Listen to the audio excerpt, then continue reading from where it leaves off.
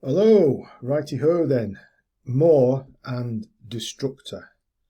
This is the surprise comeback album from More.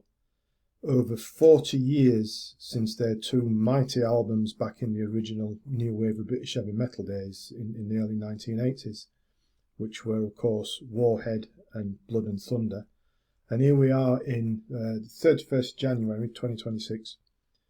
So 40 odd years later since the two original albums, and here we are. They've come back out of nowhere with Destructor, and it's a real firecracker of an album. I mean, like, make no mistake, this is not a band trading on new wave of British heavy metal nostalgia. Oh no. Destructor is one heck of an album. 10 tracks of solid, well-paced, controlled heaviness, which delivers a proper punch throughout. The album was in fact recorded a few years ago when Moore worked with that well-known producer Chris Tsangarides, and for whatever reason it wasn't released those few years ago.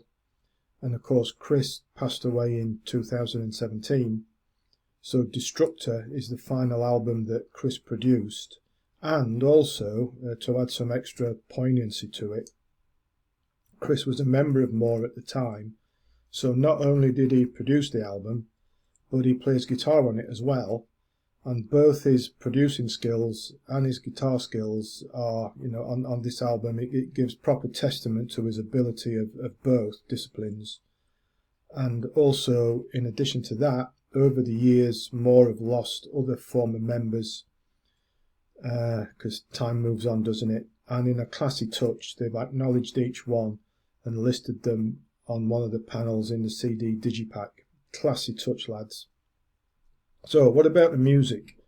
Well, it's banging stuff, it really is. Hearts on Fire opens it up, pounds away in style. We've got booming, steady drumming, which sets the foundation. It locks in tight with the bass, which is extremely solid. The guitars punch away with the big riffs and the well-placed solos, and the vocals come in hot as well. Great attention-grabbing opener. And those features, the steady drumming locked in with the bass, the guitars and all the rest of it, it's a constant over the full course of the album. That tight drumming in step with the bass, that's the foundation for the guitars to fire up all those riffs and solos, cutting and slashing and throbbing away. The solos are all economic yet fully effective. I mean, there's no shredding here for the sake of it, and like, look how fast I can play, aren't I, Flash? Not at all. Sometimes they trade off each other. Sometimes there's huge chords playing around in the background whilst the other one rips away with the solo, and all the while that rhythm section keeps it all together and all very tight. And also Mike Freeland's vocals, he delivers as well. He's all over it. None more so with, he's got such a range, and really the shout-along choruses are a bit of a trademark, I think. Classy stuff. Scream is relentless. New World, powerful and catchy. The title tracks are really big, 4 minutes. Spirits of War is sort of menacing. Immortal's got one of those lung-busting, fist-raising choruses. Choruses? Is that a word? Is that a plural? Doesn't matter, it's great. Wolf Behind Your Eyes is for me arguably the best of the best here.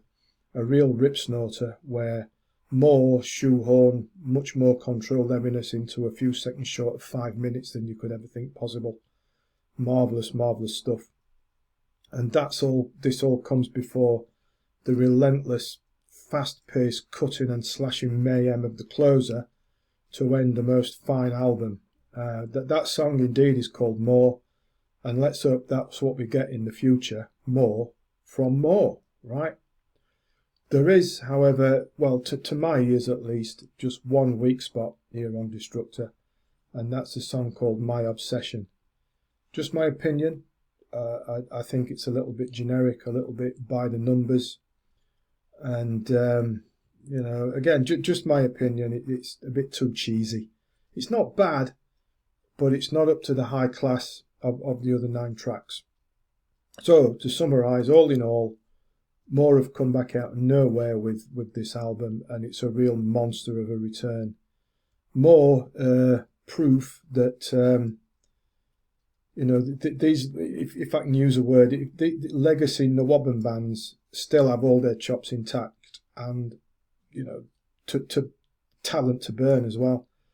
And that's just, this album's a fine example of that. Quickly mentioning other legacy Nwabon bands, the Saracen live album's due out in about 6 to 8 weeks, I think. I've got that on order, so we'll review that when it arrives. And all being well this year, later on this year, we'll have new albums from Saxon and Quartz, so there's plenty to be looking forward to. But in the meantime, just snap this up. Snap up Destructor. Marvellous. The official release date is the 6th of March 2026, which is about 5 or 6 weeks from today, 31st of Jan 2026. But I bought one of the CDs directly from the band, and these CDs are limited in number and signed, but are available prior to the digital release, which is the 6th of March. I'll put the link to the Moore's online shop underneath in the description, so if you want to get one of the CDs, if they've got any left, go and do that. Or if not, you can, I believe the term is pre-save digital versions at your outlet of choice. So I'll put a link underneath as well to both, so you've got the choice. But it's seriously, properly recommended stuff. It really is. So there we are. Welcome back, More. Stick around and give us other albums if you wouldn't mind. That would be superb. And until next time, if I can ask, if you wouldn't mind, please subscribe me to the channel before you disappear, because that's a big help. And of course, thanks for listening, thanks for watching, and take care.